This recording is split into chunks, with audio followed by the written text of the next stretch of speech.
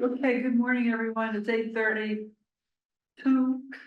I think we'll get started. It was one of the best meetings in town. I will begin by giving a brief update on things that have been happening at the select board levels. The first thing I want to report is that we completed the town manager's evaluation for FY '24. We awarded a 2.5% COLA increase and a 3.9% merit bonus. We also finalized the goals for the town manager for FY '25, and we're beginning to renegotiate her 3-year contract. The other news we should be aware of is that the responses to the RFP for the cell tower at the Umbrella, we got one response from Verizon. Unfortunately, part of that response was non-compliant with the specifics of our RFP. So we are going to be working to come up with a second version of the RFP moving forward. If you have any questions about that, about what was the problem with their response, or how we might have to modify the RFP, don't hesitate to contact Megan Zamuda. The other thing I want to mention is that we are beginning to do our capital planning. The town manager will bring the preliminary capital plans to the select board on November 4th. This is where we do, the spending that lasts for years, that's funded by debt. And it really is, it's an important part of keeping to me, it's just as important, more important than the operating spending that we spend a lot of time on a town meeting. The capital budget has much more longer term impacts. So we're starting to discuss that on November 4th. I think this year we're focusing on a lot of infrastructure improvements. Those of you that have responded to Andrea's request for your input on liaison assignments, I really appreciate that. There's still time. We're going to keep it open for another week or two. So if you have any comments or suggestions about how the liaison could better perform the liaison role, I would appreciate responding to that. I want to give you an update on some of the home rule petitions that we had in front of the legislature. We haven't forgotten them, but there's not much movement. So the home rule petitions that we have are the real estate transfer fee, which we all know about, the building permit fee.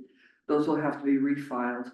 We also have an outstanding home rule petition for a charge for checkout bags, which is basically in limbo. And we also have a home rule petition pending for ranked choice voting, and that's in study. So that's better than limbo. But not exactly coming out of committee yet. And then finally, I just want to remind you that the minutes for your meetings, according to open meeting law, we're required to publish minutes of our meetings, and many of us are very good at that, and some of us are a little bit negligent with that. So anything that you can do, we're getting requests from residents saying that they'd like to see the minutes of our meetings. So if you could look into that and get your minutes up to date, I would really appreciate that. So with that, that's all I have to say. I will turn it over to, I think I'll go this way today. Mark, do you want to do anything to report? No, I'll wait and see if anything that I usually cover gets missed by Julie. Okay. Hey everyone, Julie Viola, the school committee. Carrie Rankin is traveling today, so I'll cover both. But I'll be brief. I think I mentioned in the last one we were working on our goals for the school district. I have them here. I think we made them public, but if not, I'm happy to share them to reach out. We have them organized really into 4 different areas. One of them is student achievement and success. A lot of inquiries do come into the school committee, but really our primary goal is around student achievement. So that's the first and foremost. And within that, it's really about being data driven, really benchmarking analytics of proficiencies, AP courses, IEPs, and then just going through the multiple policies that are around all of that. We're also looking at community relations and outreach. So one of the things that we would really like to do is start telling the story of the school. Lexington's done a great job of that. So our goal is to have that ready for both Concord and Carlisle's town meetings. So because Carlisle's a little bit earlier, ideally, we would have that around May. And within that, it would just be an overview of what happens. Like I said in the last one, a lot has probably changed since all of us went to high school. So we'll do a good job of amplifying that. The second piece is really just getting out in the community, so we're starting to do coffees, so I'll be coordinating the one in Carlisle. Alexa Anderson will be coordinating the one here in Concord. And as you know, Carlisle has a goal of being more multi-generational, so we're gonna try to do that in some of the that Benfield area. And then the last piece, or the last two pieces, are really around budget and operations. So, you know, obviously we're gonna commit to the capital planning process that Mary and Eric and I keep speaking to, but we just can't underline the importance of that enough.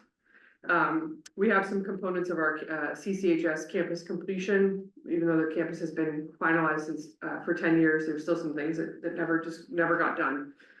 And then finally, just around school committee operations, if you're not aware, one of the only school committee in the state of Massachusetts that has Metro representatives.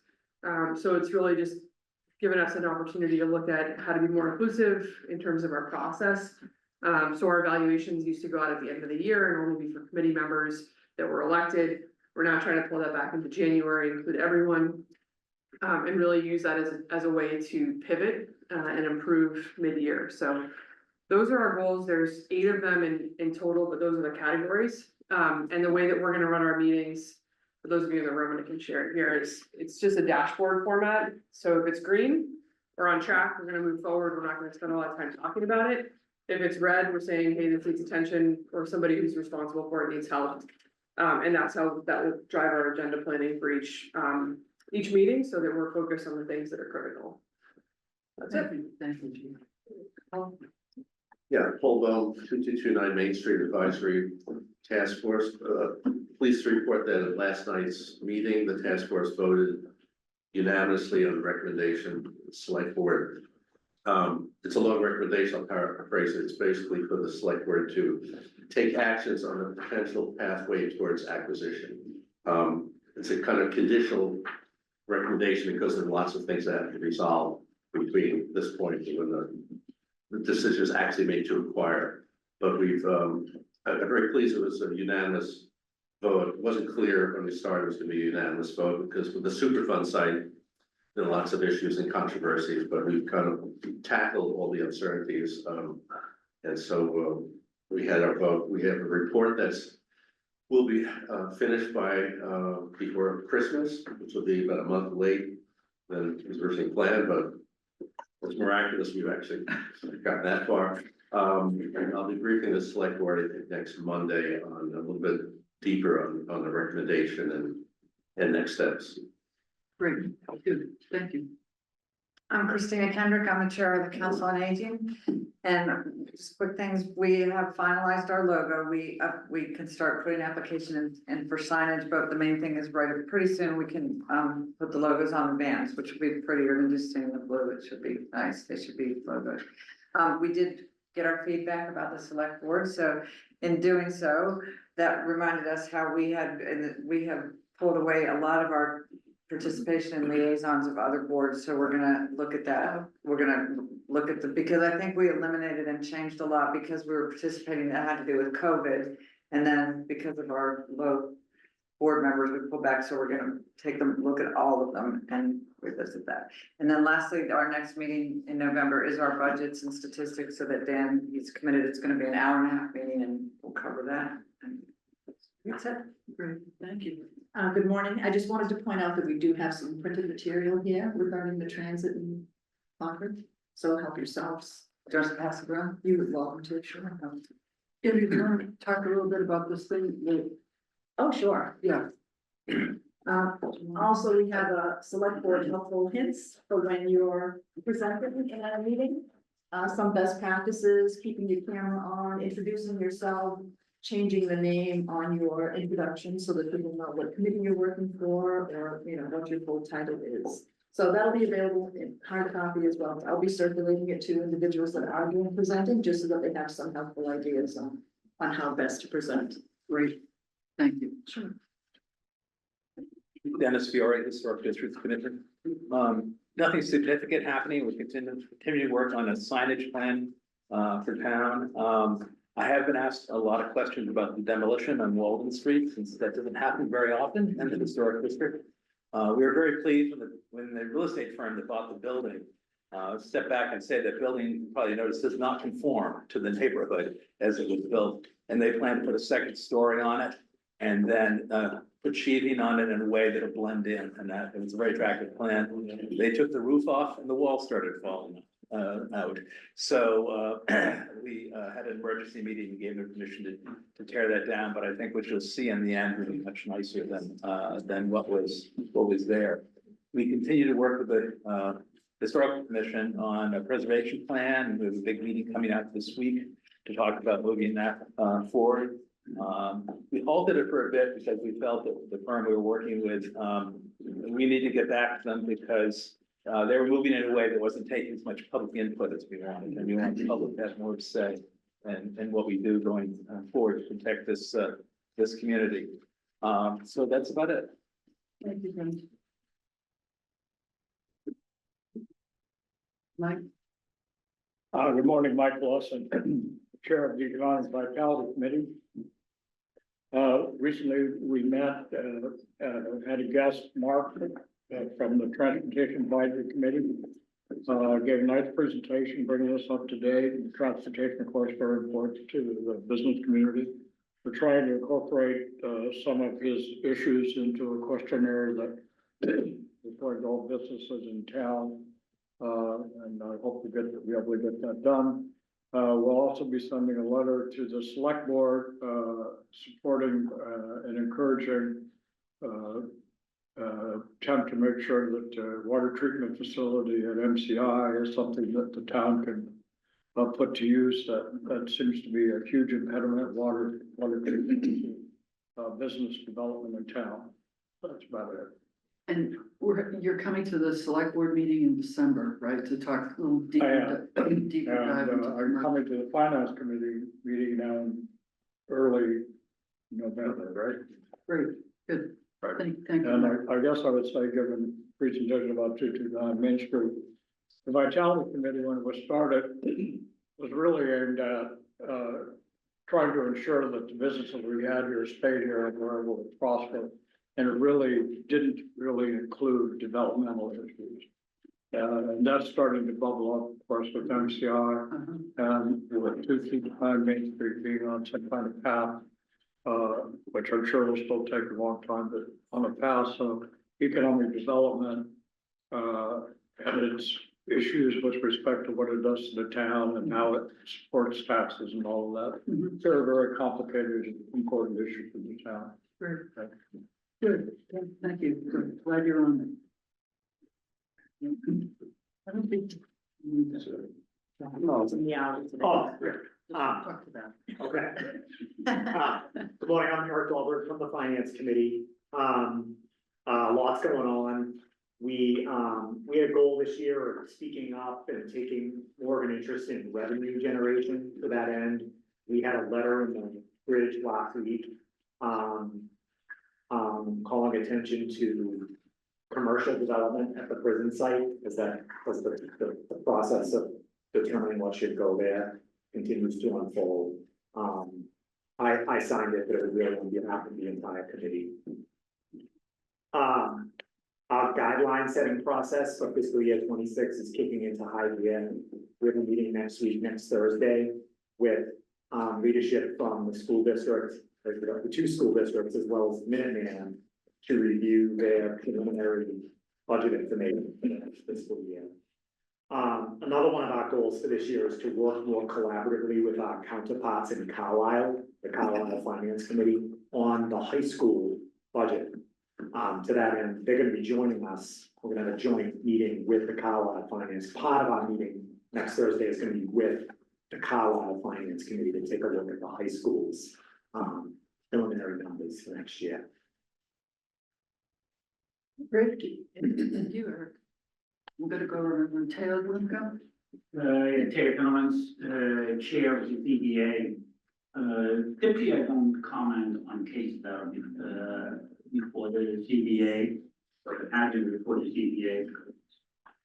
Also, but there's an exception this time around, last week at our meeting, we approved the first two-family, unit or gave a special permit for a two-family dwelling in a Residence B district, which is the first one in the Residence B district, which is a direct result from the zoning changes approved at town meeting and this year, so that was good. Second case that is filed with us, but we haven't discussed it yet because I think it's still planning board will come to us, will be the novo application, not for the residential portion, but for the business, the office portion. Once the novo 40B development was approved, you know, they're gonna be splitting up that piece of the parcel. The moment they do that, the leftover piece will be non-compliant for zoning. So they will be coming back to us with some changes to that parcel, and they need full special permits, joint parking, which is obviously an easy one to give, full floodplain, which is actually running through natural resources, our general special permits, and those site plan approvals. So those are the four special permits they need for that parcel. Once they've done that, that parcel will then be in compliance, and then they can move forward with the 40B development, the comprehensive urban development. So that's, you know, it's a great step. Yeah. To get there. So that, I'm very happy that, you know, we had a sign of life and that they are moving forward.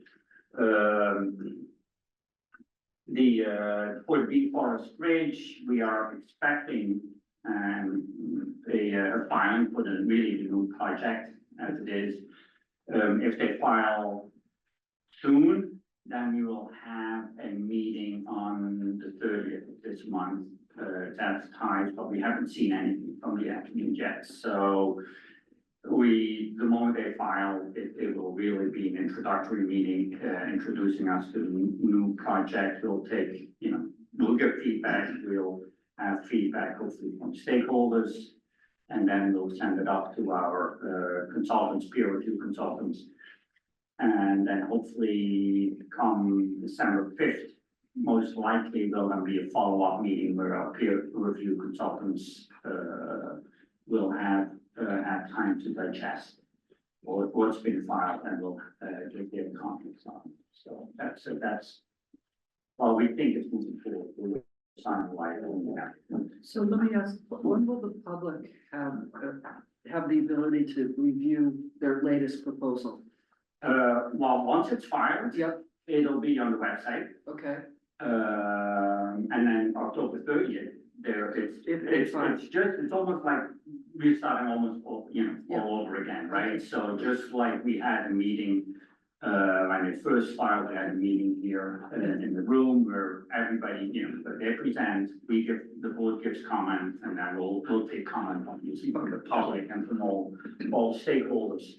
And then we'll just send them, we'll then send the peer reviewers on their way, and hopefully we can get in the meantime also some preliminary comments from an applicant. Does it have to go back to the planning board? No, it's comprehensive permit that is not, and as a term, it's comprehensive permit, so it's all with the zoning board of appeals. There's no other permits needed, they're exempt from that. People in the room probably have questions for you, and I'm gonna encourage them to talk with you after. You're gonna stay? Sure. You're gonna stay, Pam? Great, thank you, because I know people probably have individuals. Thank you for that update, and people will line up to talk with you later. Eric. Good morning, Eric Moore from the Town Meeting Study Committee. So we have a survey up right now, and we've gotten some good response. The survey will close at the end of October. So far about 700 responses. Really interesting comments from folks, and eventually they'll become public in terms of the range of comments, both very thoughtful and very direct. That's good, it's all good, yeah, you're learning. So, I'll say that there's solid support for change, and also solid support for open town meeting. And so we have some thinking to do, with respect to what we're learning from the public. We have a public forum, in person only, at the Harvey Wheeler Center, next Tuesday, the 22nd, and a Zoom forum only, on the 29th, a week from, 2 weeks out. And those are gonna be a focus group format, and we're publicizing those. And then, yeah, I think one thing that I sense right now, and this is my own opinion, is that I think that we'll need to do a better job, or we have the job to do of clearly differentiating an election from what we do as a legislature. That a vote in our town meeting is substantively a different vote than the vote they make in the ballot box. I think that a lot of perceptions, in my judgment, a lot of perceptions around town meeting, I think conflate the two, an election and a legislature. And there's an opportunity there, I'm not sure how to realize that opportunity just yet. Great, thank you. Brad. Hi, I'm Brad Nelson from the Climate Action Committee.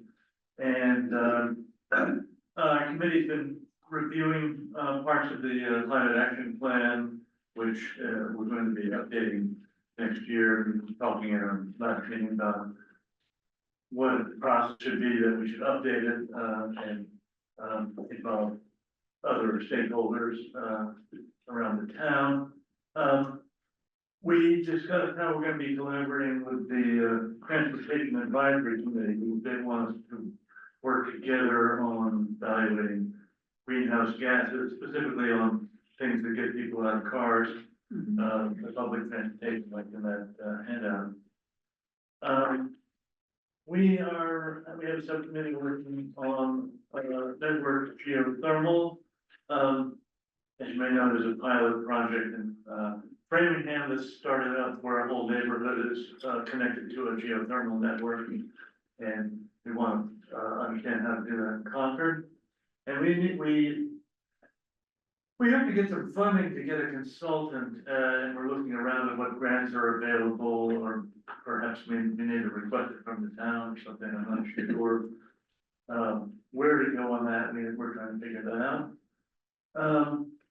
And let's see, we also discussed, and we'll be supporting a new policy on putting on, when we design new municipal buildings, put solar in the design process. To avoid some of the extra work that was done, that needed to happen with the middle school, where it was not part of the design, it was secondary. That's pretty much it. Thank you, Brad. Right. Yeah, Ray Andrews and I with the Concord Housing Development Corporation.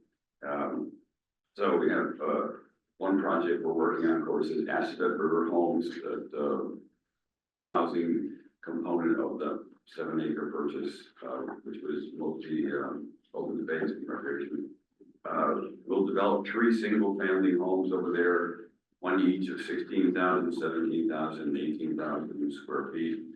100. Did I say 1,000? Move the decimal point. We knew it. Yeah, okay, right, yeah, smaller than you imagined. Mansions, not. That's what I'm thinking. We did. That's even beyond the mansion. Okay, yeah, 1,600, 1,700 and 1,800 square feet. And these will be sold to eligible families when they're completed. And, although like Novo and other 40Bs, produce a lot of rental property, these will be ownership. And so there are benefits to ownership, I mean, for the community in terms of inclusion of the families, as well as, wealth building opportunity for the family. These 3 houses on Rothermel Place, you maybe have heard as Rothermel Place is the name, in honor of Terry Rothermel. Become part of a condominium association, which will be, CHA will oversee it. And it'll include the 2-family house that, on the property when it was purchased, which will be owned by CHA. CHA, Concord Housing Association, Concord Housing Authority. And Well, so yeah, we've contracted, well, we haven't signed contracts yet, but we sent a letter of commitment to, Habitat for Humanity, the Greater Lowell, who will be, we expect them to break ground, this year. And then start with like foundations going in the spring when the weather allows. The Junction Village, different project, that's the, Junction Village, because adjacent to the property that came from the Department of Correction in 2013, I think. That's still on hold from our perspective, obviously, because the MCI's planning process there. And it's on hold until January 2025, and it will, my opinion is it'll slip quite a bit from there. And then the third project is, we have started discussing a buy down program, in which the CHDC buys a piece of property, preferably somewhere a little below 750,000, and this is thousands. And then spend some amount, less than 50,000, hopefully, to prepare it for resale, and then sell it to a qualified buyer.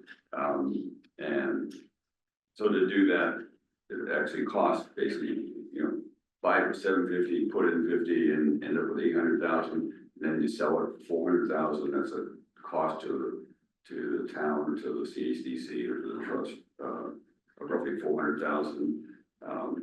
And so we hope to have guidelines for that program ready by January. Thank you. Burton. Hi, Burton Flint, Community Preservation Committee. We are now in the busy season, having received all our applications for funding for this year. Unlike last year where we had 18 or 19, this year we had 7, I believe, much lower, both in number and in amounts requested. The total amount requested for this year is about $1.5 million, just slightly over. For perspective, our funding last year, the town meeting was for 1.8, almost 1.9 million. So we're actually about $376,000 below what we granted last year in terms of total funding requests. And those are made up of the lion's share of the requests this year is between 2 projects, which are combined are about a little more than 80% of the requested funding. One of that is for the Housing Trust for $740,000, which would be essentially a transfer of funds to the trust to then allocate, so it's not dedicated to a specific construction project like Aspen Homes. And that's what we did last year as well with the trust. The other is for improvements to the fields at the Thoreau School, so that's from the Concord Public Schools making that request. The other are smaller. I'll just run through them.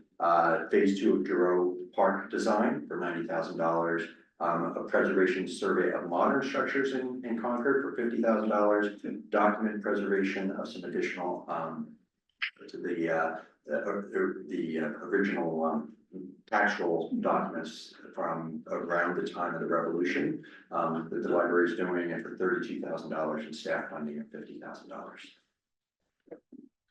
Actually, Burton, I have a question. So if you've got 1.8 million, and you only have applications for 1.5, that 300 goes into reserves. We don't lose that money. We just don't spend it this year. That's right, and we Okay. don't know whether we'll have 1.8 or not. We never really Okay. know until we know what the state match is. Okay. But let's say it comes in at 1.8. Yeah. We would probably, we could do like a couple of things. One, I could just sit in my reserves, or we could put it in a bucket. And this has been a past practice of the committee, so we might say we're allocating this money for land preservation. Okay. Or conservation. It's only strictly necessary if we're short on one of the 10% amounts, and we haven't added up those numbers yet, but we have to put 10% in each of our 3 buckets. Great. But I could imagine, like talking about the nuclear metals site, we might know that there's one large land acquisition coming down the pike, so we might put money there. There's conservation land as well. We don't lose it. So, Right. good, great, thank you. Mark. Okay, Mark Davis, Chair of the Transportation Advisory Committee.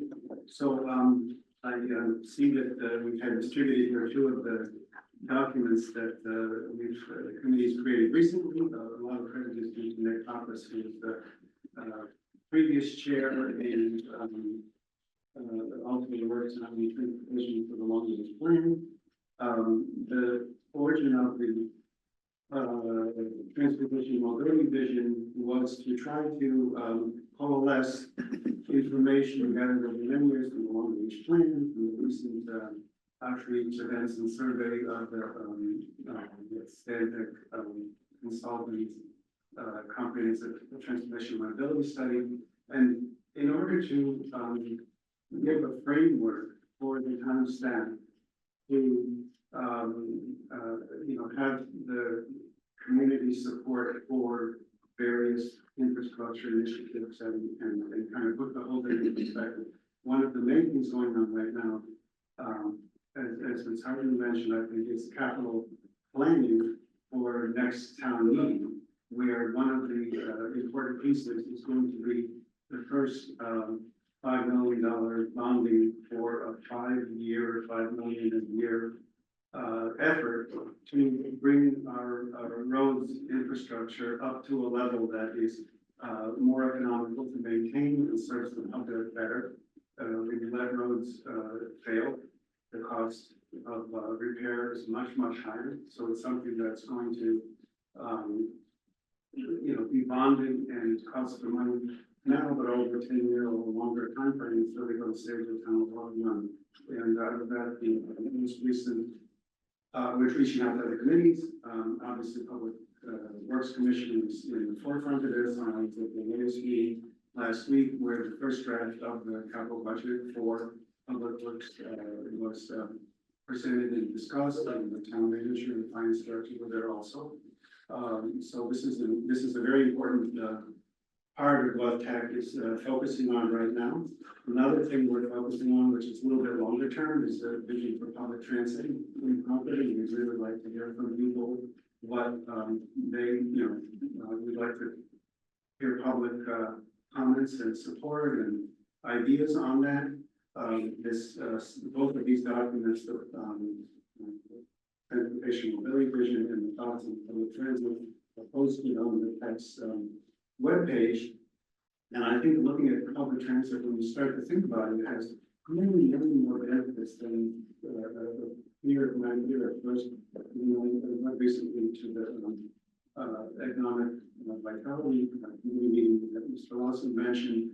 One of the things that came up was businesses wanting to hire employees who don't have a car or easy way to get to Concord.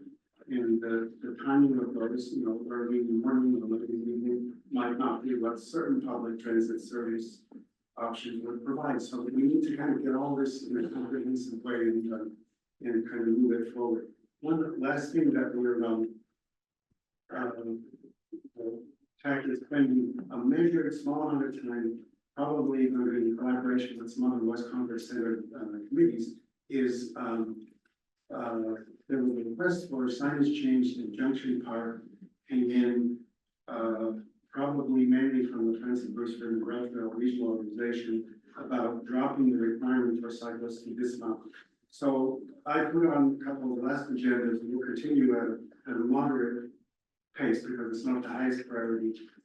These other things about capital budget and public transportation and other things are a higher priority for us, of course.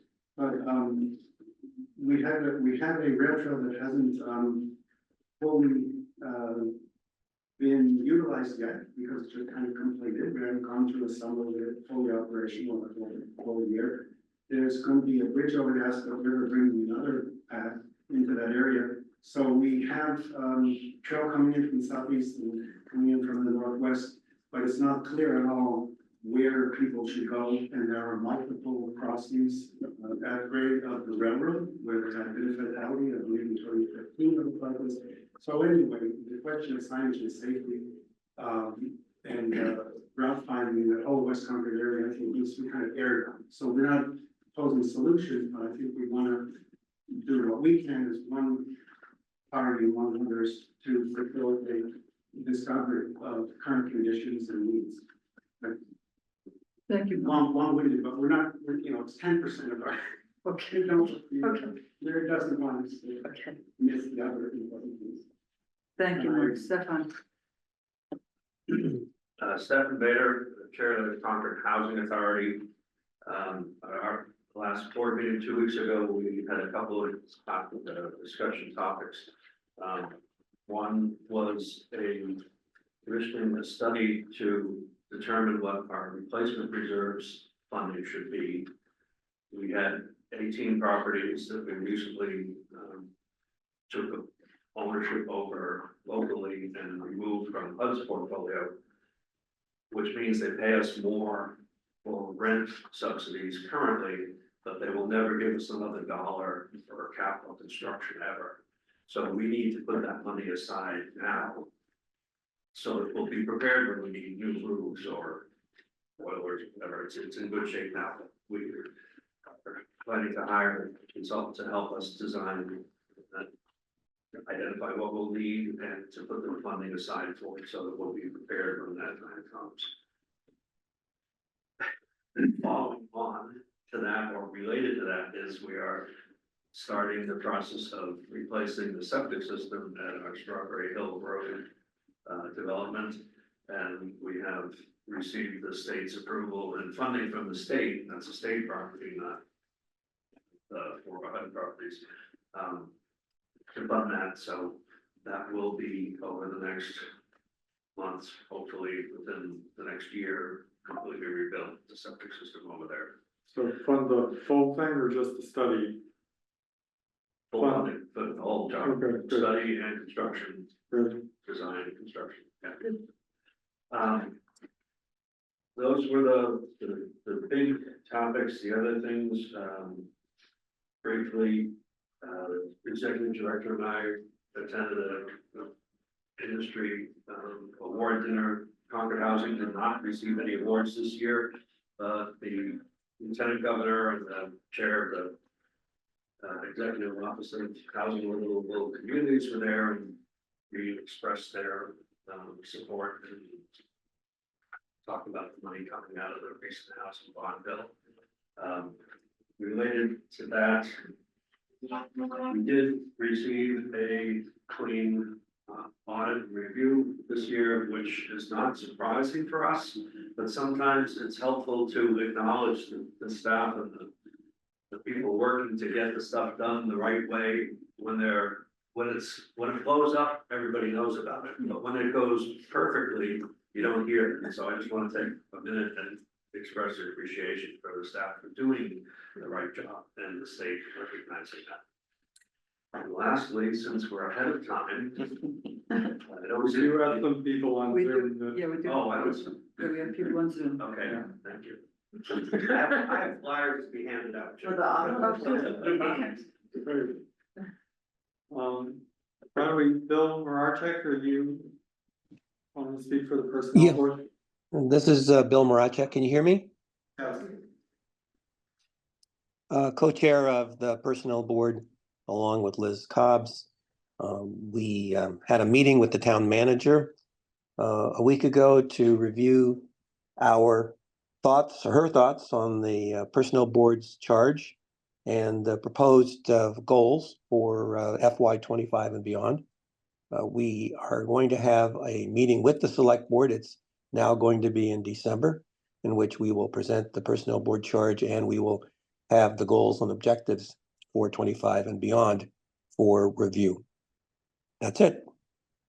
Can we see the Zoom participants? How about Gary Clayton? Hi, good morning. This is Gary Clayton. I'm co-chair of the Concord 250th Executive Committee. Just a couple of points I wanted to mention this morning by way of update. One, I hope you have seen and perhaps participated in a number of programs, events, and activities related to the 250th celebrations that are underway. There'll be an increasing number of those occurring this fall through the winter and certainly up to and beyond April 19th, 2025. A number of these activities we sponsor, at least in part financially, with the limited funds we have available, but many of the other activities are ones that we endorse, which means we encourage the group organization to use the logo that we've developed, and we help market that particular event or activity, all of which is to say there's a great deal of ongoing interest and enthusiasm relative to the 250th celebrations, and it's reflected again in the level of and mix of different programs and activities being offered here in Concord. And what we saw this past weekend at the Wright Tavern is one example of that. Concord Museum has a number of educational programs they're moving forward with. The Council on Aging has a program in sponsorship with the Rotary for an event here later this month. And Friends of Sleepy Hollow have an event coming up here early next week, and on it goes. So it's a real mix of activities and functions that reflect the mix and enthusiasm of organizations and individuals here in Concord.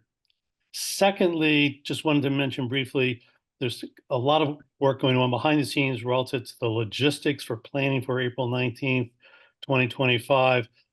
We've met twice with representatives of the local business community, including the Chamber of Commerce.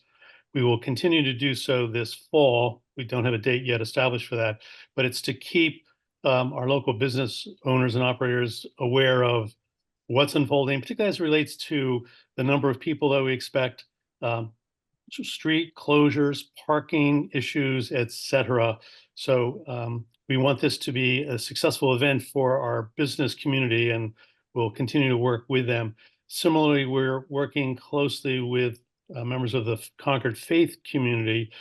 We had a meeting yesterday, which I did not participate in, so I can't report directly on what occurred in that particular session, but it's very much about keeping religious organizations in Concord aware of what the actual potential street closures, parking limitations will be the weekend of April 19th, 2025. Mindful that we have a number of religious and secular holidays falling at that time, including Easter on Sunday, the 20th of April. So we'll continue to work with that particular group of stakeholders to have their input and help them be aware of what the likely temporary changes will occur on that weekend of April 19th. Also want to mention that we have worked with the Concord Visitor Center, the staff associated with that, to produce a wayfinding sign for our visitors, which will be installed outside and near the visitor center. That was reviewed and approved by the Historic Districts Commission, as well as the Select Board. Hope that particular signage will go in place here later this fall.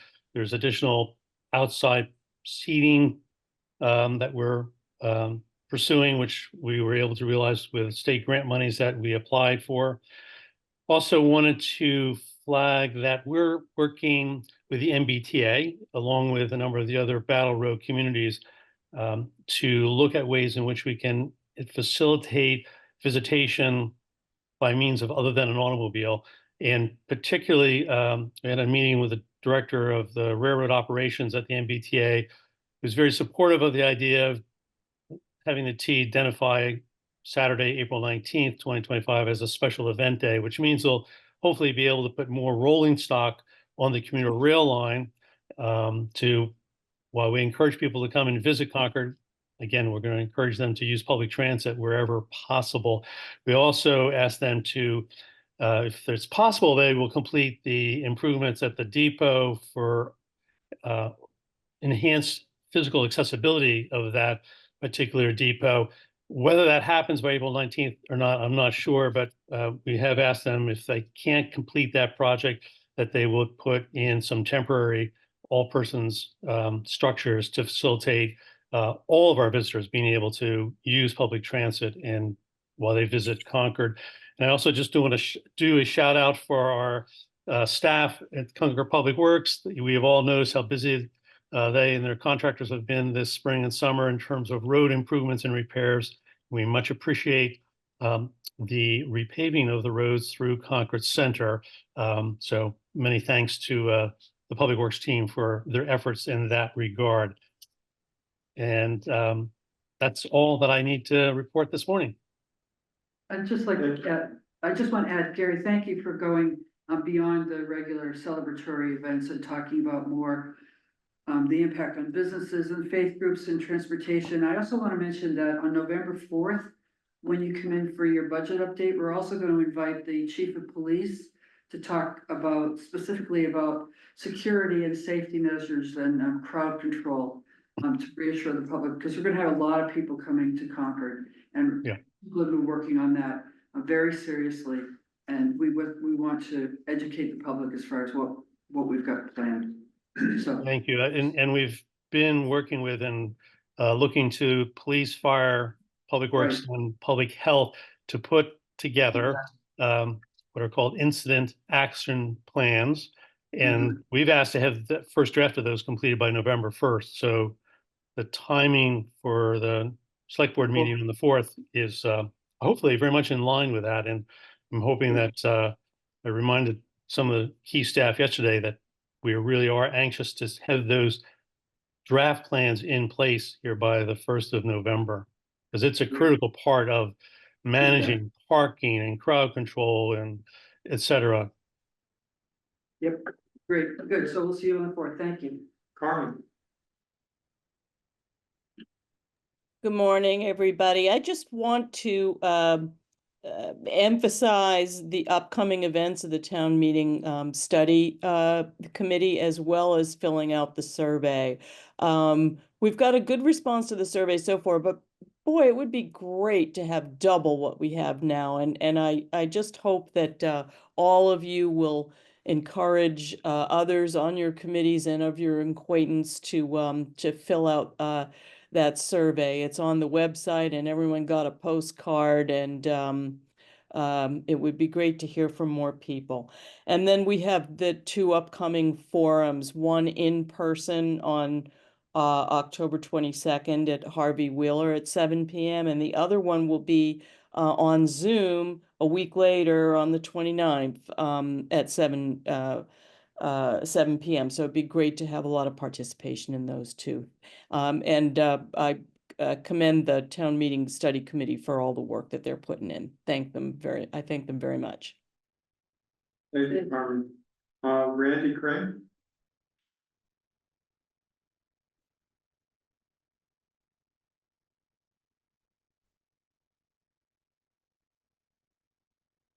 Still muted. There we go. Okay, great. Thank you. So yes, Board of Health has been busy. You may recall update from last month about Triple E. Unfortunately, we're kind of beyond that. We downgraded our risk level based on local mosquito testing, and then a week later, the state downgraded our community's risk level to moderate. So that was a nice change and update this month.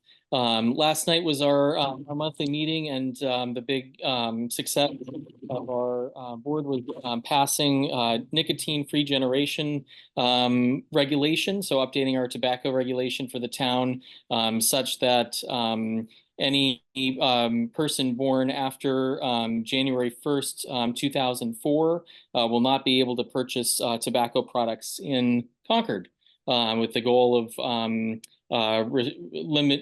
preventing young people from becoming addicted to tobacco. So this will not impact anyone who is currently a legal tobacco user, but will prevent a new generation of Concordians from purchasing tobacco in town.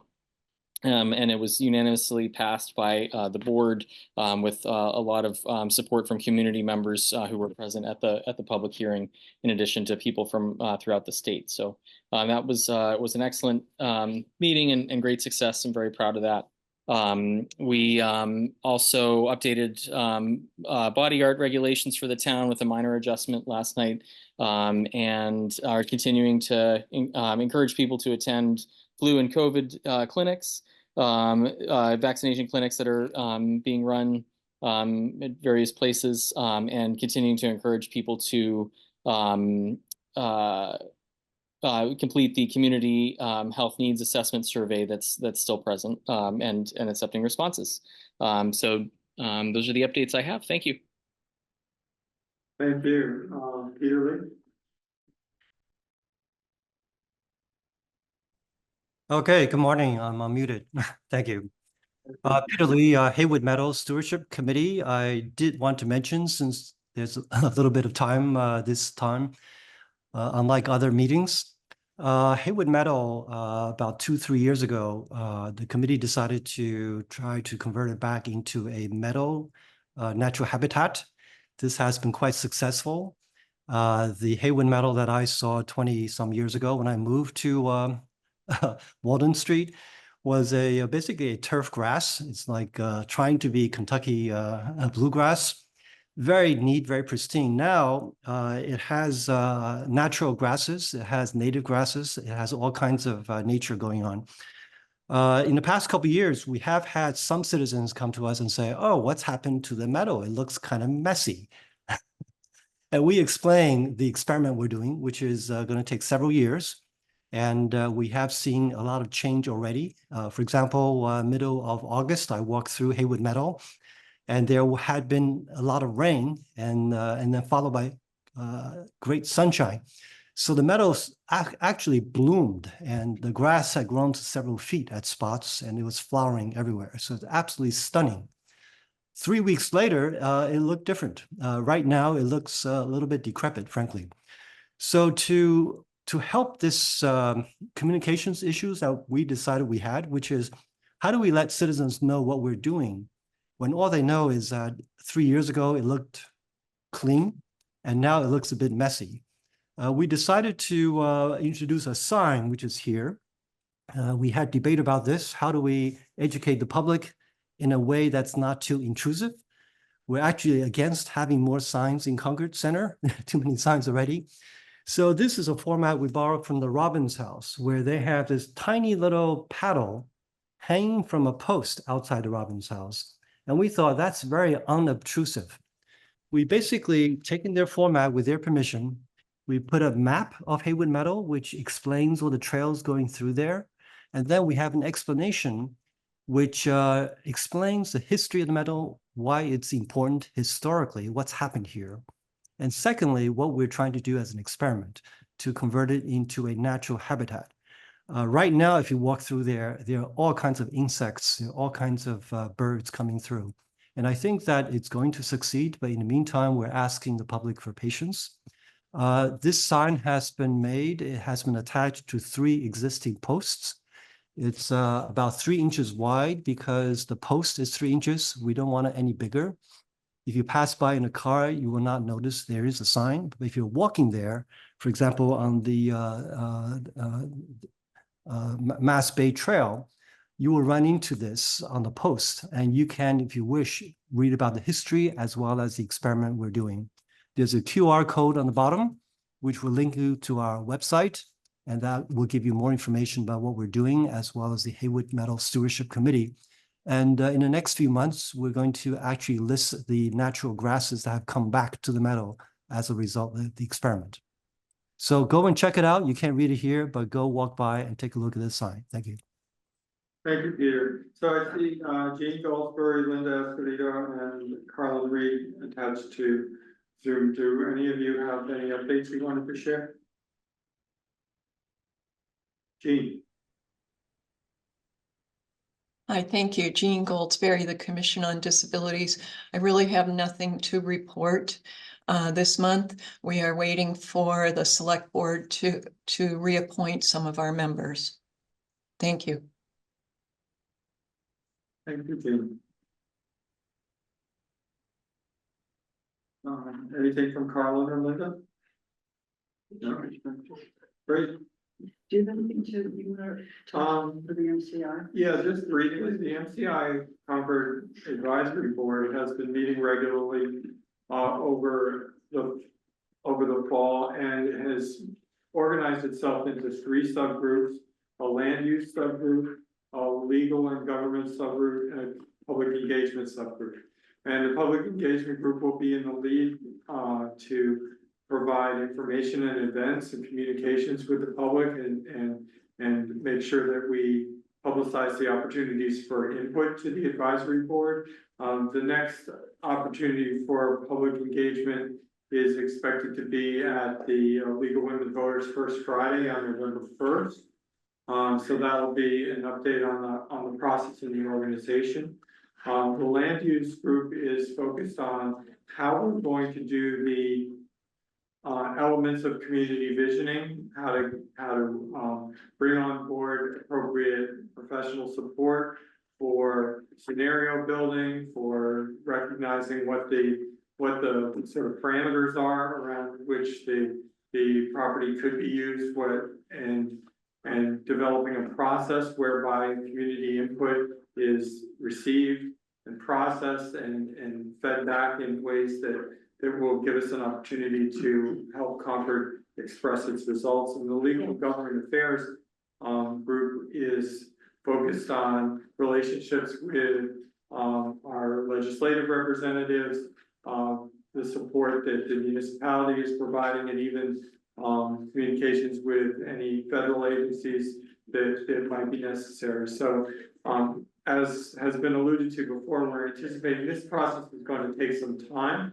The hope is that we will have creative and effective and unique ways to collect community input and have Concord be able to communicate directly with the Division of Capital Asset and Management and Maintenance, who will ultimately put together an RFP that hopefully reflects both that community input and the state's needs as we collaborate with them. And there is a very effective ongoing collaboration between members of the select board as well as the chairs of the advisory board with the state as we plan for that. The state for their part is beginning to do some of the kinds of assessments that you would expect they would need to do, some preliminary environmental assessments, some surveys, some condition reports and things like that, which they have committed to share with us as that information comes forward.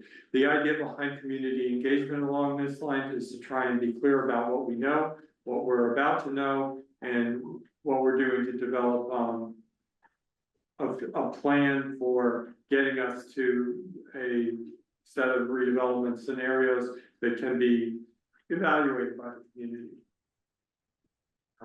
I guess I'll also mention the Warner's Pond Task Force, which I'm also sitting on. That group has been making good progress towards understanding and evaluating or understanding and developing proposals for 3 basic alternatives for what will happen with Warner's Pond. The alternatives are a maintenance and management plan alternative, which we sometimes refer to as a no action alternative. Really, it's a no major capital program alternative. And then the other 2 are a dam removal alternative. Just in the last week or so, the cost estimate for a 30% design for dam removal was received by the Division of Natural Resources and shared with the committee. That in round numbers is around $1 million for basic removal of the dam, but doesn't really get in too much to what happens to the resulting property. So those costs are not in there, but it's first time we've had that information. And then the third proposal is around an enhanced dredging proposal, and that group is focused on both the previous bids that was received for dredging and how that might be improved upon and find something more affordable, as well as what the general effectiveness of a dredging proposal might be, and really try and put that into a better context so that we're knowing more specifically exactly what we might get for dredging. Once these 3 groups are finished developing their proposals, the expectation is that the committee as a whole will rank and evaluate those proposals against each other with the eye towards coming up with a final recommendation back to the NRC for what the task force thinks is the best way forward. Thank you. Okay. Thank you very much. I don't know how we do it, but we always hit like the 1 hour mark. 9:30. Very good. Once again. I can keep talking if you want. I know. Thank you all for coming.